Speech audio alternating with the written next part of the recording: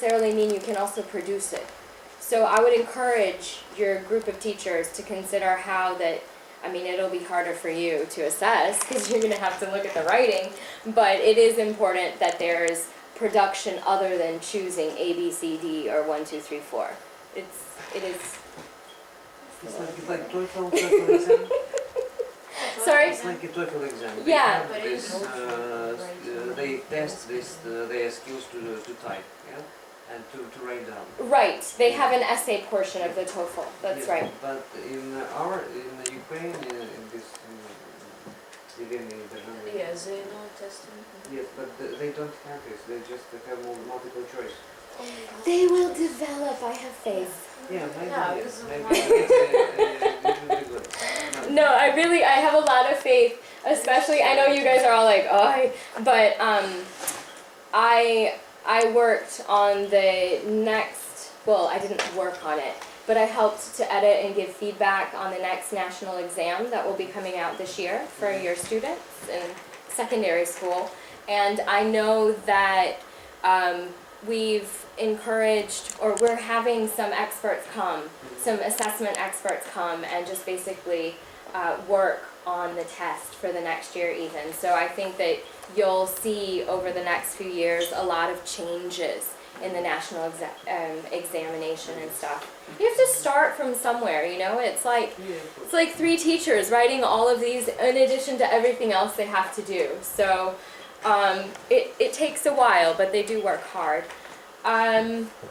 Back to what you were saying though, one of the ways that I used to get my students after they've taken an exam to actually do the corrections or think about the corrections, instead of correcting it myself, again I would put my little symbols so that they could find what they needed to find in the textbook.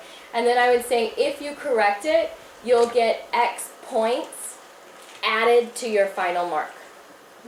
And so that would motivate them. It normally motivates them. I mean, for those students who got good marks, they're probably not going to be motivated. They're like, yeah, whatever, I'm not going to bother.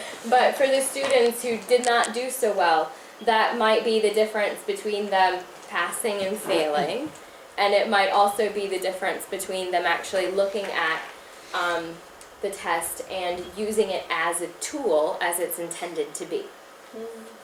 Yeah. And can we touch here a problem of objectiveness and subjectiveness? Sure. I mean, I hate checking compositions, because when I check, I have my feelings, I give it to my partner, and another teacher evaluates differently. More like subjectiveness. Yeah, I use rubrics a lot because I had the, you know, that's human nature. We're going to either like what they have to say or we're not. And so one of the things is I don't necessarily test their opinion itself on something. I test how they support their opinion, how their opinion is developed, and the structure in which they express themselves. Because then you can be subjective. You know, you're not like going, ooh, I hate what they just said, F. You know, you're like, okay, I need to just take a moment. I really don't like what this paper is saying, but do they have good arguments? Yes. Do they have this? Yes. Do they have topic sentences? And the paragraphs are according to the topic sentences? Yes. Do they have transition sentences at the bottom of the paragraph? Yes. Do they have a thesis statement? Do they have a conclusion? Yes. Okay. And so that, yeah, it's really like a method, you know. It's, I forgot how to say that word. How do you say it, Jeff? Methodology?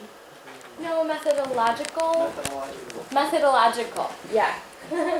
So you're just kind of going do. Step by step. Yeah.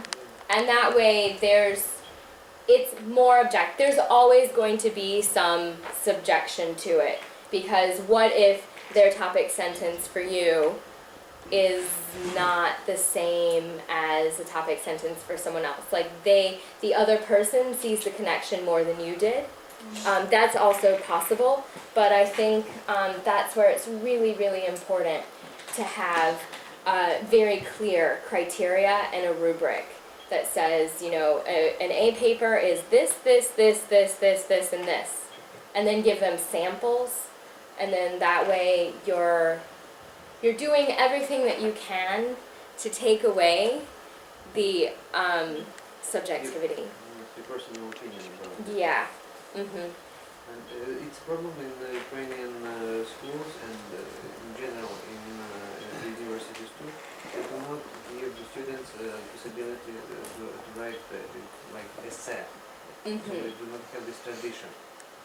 Right, essay. And we don't have these points like topic sentence, like beginning.